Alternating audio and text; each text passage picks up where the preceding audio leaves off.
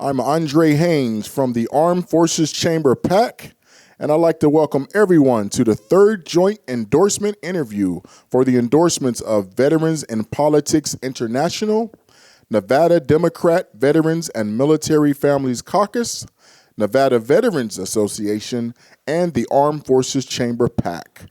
We'd like to thank our sponsors, the Foreign Exchange, Ava Bravo, Justice of the Peace Department 2 candidate, Shelley Berkeley, Las Vegas Mayor candidate, Christian Bishop, Nevada State District 5 candidate. Also, please remember the silent auction. And we're going to introduce and turn the furtherance of these interviews over to our moderator, Patricia Lee, Nevada Supreme Court Justice. Thank you, Andre. And thank you to all of our panel members here today for participating in this very important process, and to our candidates. I have been asked to explain the interview process, so I will do so now. The panel members will first introduce themselves by giving their name, position, and the organization they represent. Then we'll turn our attention to the candidates, who will each be given 1 minute to introduce themselves. And please include why you are running and seeking the endorsements from these fine organizations today. Candidates, please remember this is an interview, not a debate. So when asked a question from a panel member, please direct your answer to the panel members only. When you receive a question from a panel member, you will be given 1 minute to answer their question. Andre will be the designated timekeeper. Once you receive the yellow card, you will be given 15 seconds to wrap up. Once you are given the red card, that is when your time is up, and Andre will politely interrupt you. Finally, at the conclusion of the interview questions, the candidates will then be given up to 1 minute for a closing statement. Does anyone have any questions before we start? Okay. Wonderful. So let's start the introductions first. Let's start on this end this time. Mr. White, can you introduce yourself, and we'll just go down the row.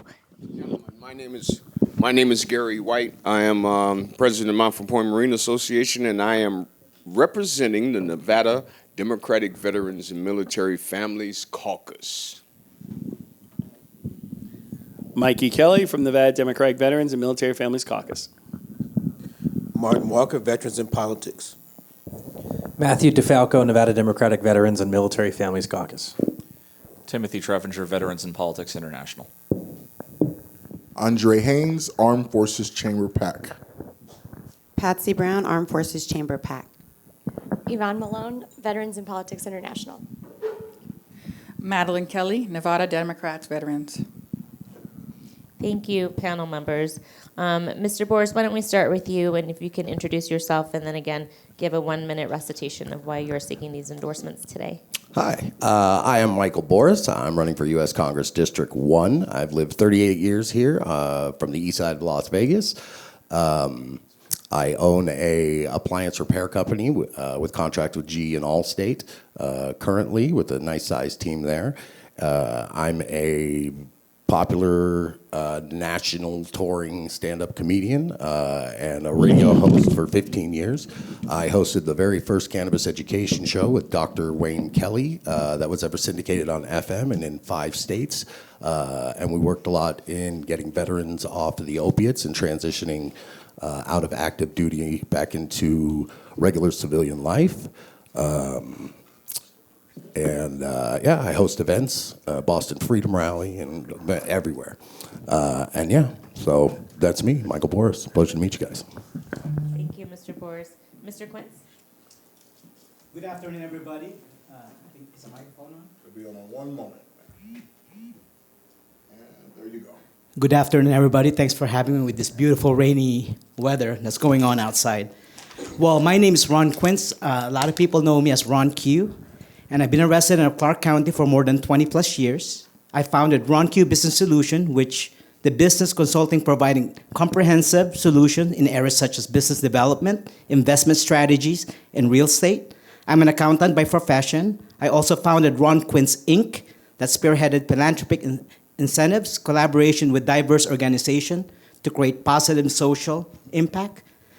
I have a degree in business management and currently getting my master's in crisis and emergency management. And I'm seeking endorsement because I want to work with veterans as one of my platform this coming election. Thank you to both of you all for that introduction. We are going to start with Mr. DeFalco.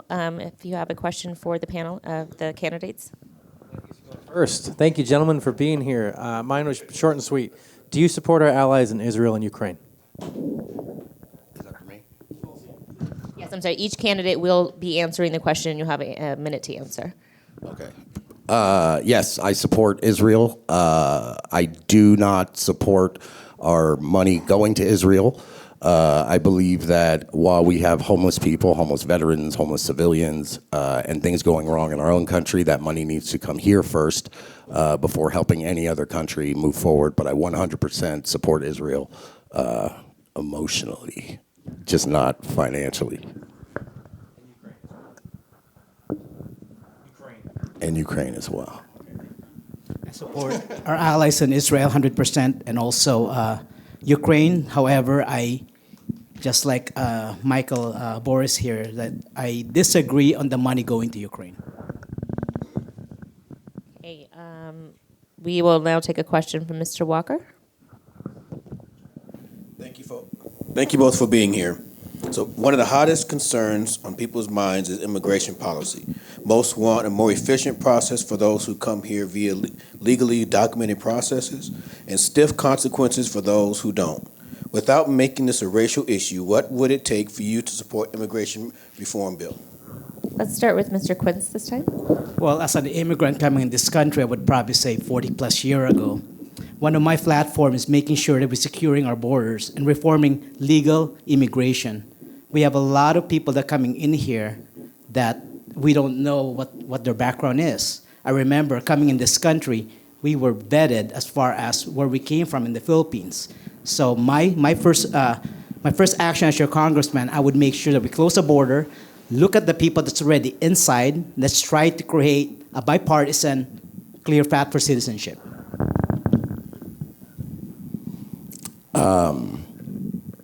When it comes to the border and immigration, I come from a multi-ethnic family, Hispanic, and I would just massively deport everybody I could as fast as I could that is here illegally.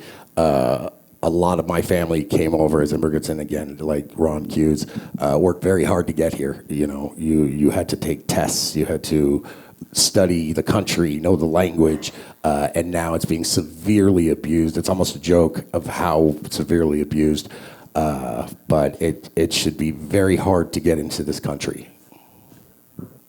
Okay, we'll take a question now from Mr. Kelly. Good afternoon, gentlemen. My question has to do with overall military housing. There, as of late, there's been a major issue with military, a lack of adequate, safe, clean military housing across the world. Dilapidated. It's old. Much of it was built after World War II. It has not been modernized. They have tried everything from privatization.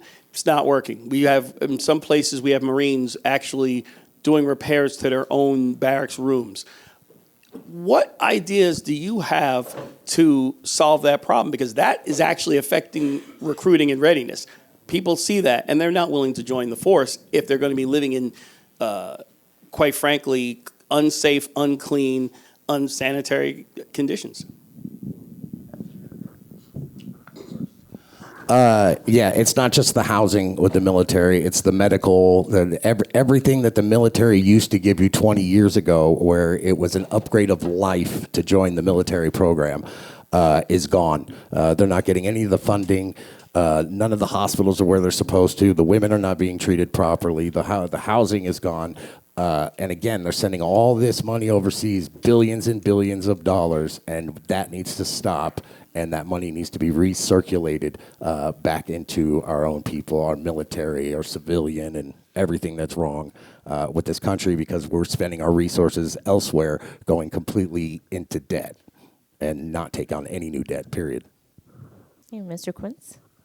First of all, we need to take care of the military service members in this country because that's our strong force. You know, as a police, of the whole world. We want to make sure that our military is solid. But if they're not getting private, I would probably say like right shelter, then we must fix that. Instead of us spending brand new Humvees that we're never going to use, maybe we need to use that money towards the housing and the safety of our military servicemen. Thank you. Mr. White, do you have a question for the panel? Gentlemen, we're going to take this a little different direction. Transportation in the valley. Public transportation in the valley is horrid on a good day. Via car, buses are a joke, things of that nature. What are your thoughts on a light rail system serving the entire valley? But please don't tell me how much it costs.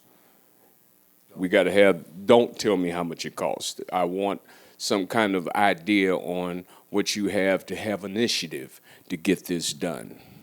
Let's start with Mr. Quince this time. Well, that's a very good question. And I remember moving here 20 years ago. We didn't even worry about that because at that point there's not that much people in comparison of 250 to now it's like what, 3 million population.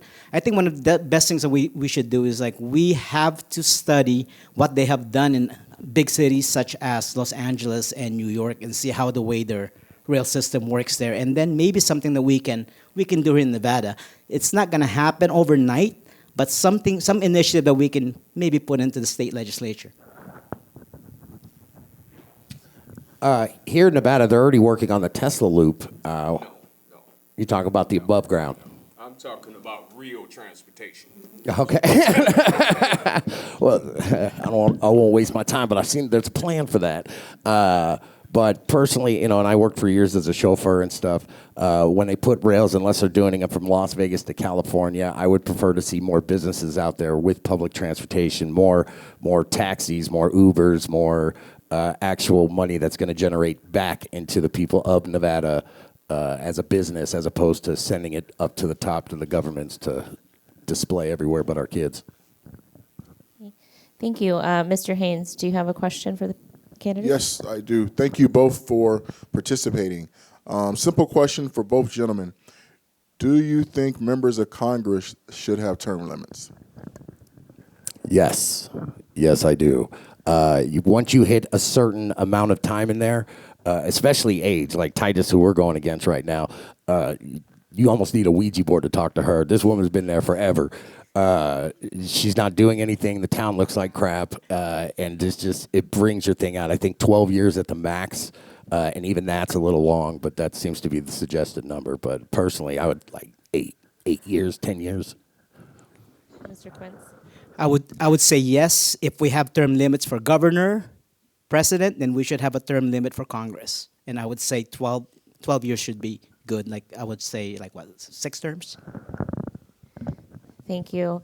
Ms. Brown, do you have a question? Yes, I do. What measures do you intend to implement to ensure transparency and accountability in federal agencies and programs? Mr. Quince? Well, first of all, that's a very good question, Ms. Brown. Well, one of the things that we should do is we need to make sure that our government has transparency when it comes to different organization that we have in Congress. A lot of people have committees I think they have assigned to, but for some reason they just don't either. It's not their priority because it's not an election year. One thing that we need to do is when I'm in Congress, I want to be in part of that committee and make sure that I study truly what's going on and come up with a solution. Thank you. Mr. Boris? One of the main reasons I'm running is based on having no transparency. You have no idea where the money's going. We have, 50th lowest educated children in the country. Nobody seems to be able to pinpoint why when they have $900 million sitting there that's supposed to go to them. I think that they purposely do not market. I think I know.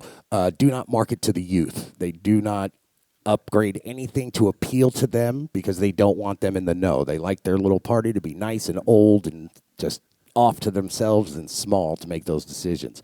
To create more transparency, you just have to address your people. You're a voice for your people. You need to be that voice and talk to them. You can't even get a hold of Dina Titus if you try to call her. And that's a big thing.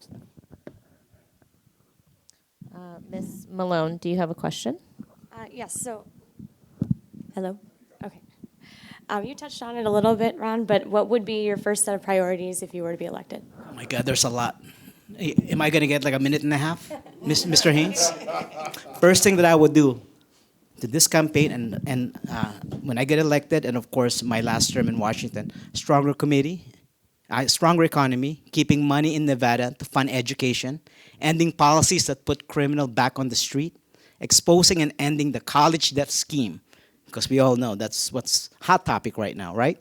Exposing and ending, securing our borders and reforming legal immigration, lower energy prices, keeping our veterans healthy, independent, and off the street, like Michael said, helping Nevada keeps more of the money that they earn, bringing mental health facility back to Nevada, keeping the federal government out of our daily lives. Thank you. Mr. Boris? And yeah, like Ron Q concluded with, mental health, I think, is a problem that is plaguing our entire country, especially men's mental health. I think it's something being completely overlooked. And I think a lot of our problems, down to violence, down to depression, suicides, everything comes down to mental health. And I would also like to see our children, we should not have the 50th ranked children in the country. That is absolutely ridiculous. And be fighting with Mississippi. I've been to Mississippi. I know why they're like that. We ain't supposed to be like that. And getting veterans properly treated off the streets. Thank you. Ms. Kelly? Hello. As you well know, there are many vets seeking to raise the disability percentage rates. Organizations like the Veterans of Foreign Wars, Disabled American Vets, and the American Legion are all congressionally recognized veteran service organizations who are able to help vets work on their disability claims 100% cost-free. I have heard from many veterans that there are organizations and businesses out there who charge veterans a fee and even guarantee them a 100% disability rating if veterans pay them. Many of these entities have not been certified to do this work. Many in the veterans community feel these non-certified entities are predatory. If elected to office, will you support legislation that bans all non-certified entities from representing veterans during their claims process? Well, 100%. I think our veterans are being targeted at this point because they don't get any kind of financials like it used to back in the day. When you went and you joined the military, I'm a proud member of the American Legion, so I get to work with a lot of these people. One gentleman, he was like 92 years old. He'd been trying to call, that's the tightest thing, where she don't answer the phone. He's been calling for 3 months. They'd cut off all his benefits, and he had paid somebody, which I had thought was illegal to charge a veteran to help with that. It is illegal, correct. So I think we need to get the veterans as much money. You gave everything for your country, and you should be treated as such. 100%, but let me up the ante a little bit. We have a lot of veterans that actually retired but didn't get any disability because they weren't in combat. They're more like, some of them are like in the back of the office 20 years type thing, which is, I have a lot of friends that way. And right now, if they work, they're paying taxes. Once I'm elected in the office, I'm gonna pass a bill that all veterans should not pay any taxes because they have served this country. They don't have to be in disability. And when they said 100% free as far as burial and also open and closing. If you guys don't know that, they said it's free, but when you open and you close, they have to charge the family. I'm gonna make it absolutely free because our veterans deserve that. Thank you. I believe we have time for another round of questions. Okay, great. I'm going to start with Mr. White. Do you have any additional questions for the candidates? No, I do not. Okay, then I'll move on to Mr. Kelly. Good afternoon. This is just a question. A couple of years ago, actually in 2020, the Coast Guard issued a report. It was called Operation Fouled Anchor. And it was a report based on an investigation that had been conducted at the Coast Guard that determined that cadets at the Coast Guard Academy, over a period of almost 30 years, there had been complaints of sexual harassment, sexual assault, and this had been completely ignored by the Coast Guard chain of command. A report was issued in 2020. It was clear that after the report was never. They never reported the results to Congress. They literally, deliberately withheld any type of information from the Congress. Obviously, this is an issue that needs to be fixed. What will you do to hold the leaders of the armed forces at times when they need to be more accountable for the treatment of the people under their command? And how are you going to make sure that something like that actually caused a lot of damage to the Coast Guard and to the Coast Guard Academy will never happen again? Mr. Quince? Part of my platform is keeping our veterans healthy, that's part of that. One of the things that I would do is a lot of Congress men and women are actually out of touch. They usually are so busy in Washington, D.C. When I was in Washington, D.C., they told me that you don't have to be there all the time. So those spare time that I have, I would probably say I would go and visit every service of the military that we have and see what concerns they have. I would try to instill, and one thing too, again, mental health. If you're out there touching people inappropriate and acting a fool, something ain't programmed right in there, and you need to seek some counseling, and it should be forced. But a see something, say something program, and maybe have somebody that's not affiliated directly to be there to monitor, like a human resources that you would have at any other job that you go to, where you have somebody you can talk to that is not going to be directly included in that process, so that they can have an outside reporting to come to. Thank you. Mr. Walker, do you have an additional question? Sure, thank you. So as of last night, our national debt was $34.6 trillion, with China and Japan owning the majority of our foreign debt. Allowing our debt to continue climbing means we are setting up our grandchildren for financial peril. Yet year after year, we get lectured on why we need to raise the debt ceiling. What are your thoughts on how we can reduce our debt? Stop printing money immediately. Get money back. Get it out of circulation. Stop giving money out, and immediately stop taking debt from any other country. Do not borrow money. Do not, we got to be broke a couple days to get it back together. That's what we got to do. We can't put our debt on the future generations so we can all have PlayStation 5s. So get that money back. Stop printing it.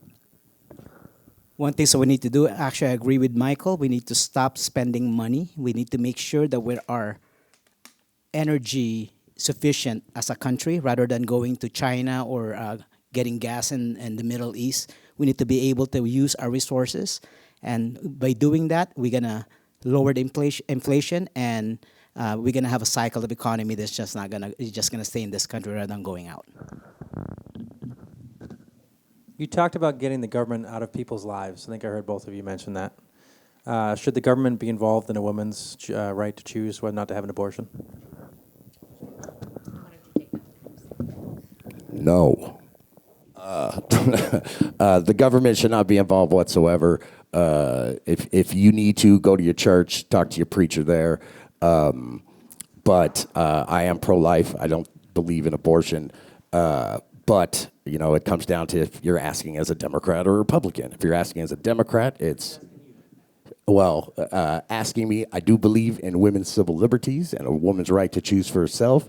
As a man, I don't think I should be included in that choice. But at the same time, I think birth starts when I buy you dinner at Olive Garden. Mr. Quince? You know what? The government should not be involved when it comes to women's decision on their body. I believe, as having two daughters, and it's nobody. And there's women in the room. They don't wake up in the morning and say, "I'm going to be pregnant tomorrow," or "I'm going to be pregnant today." So this is this woman's choice. We just cannot get the government to be involved in women's decision what to do with their body. Thank you. Mr. Haynes, do you have any additional questions for the candidates? I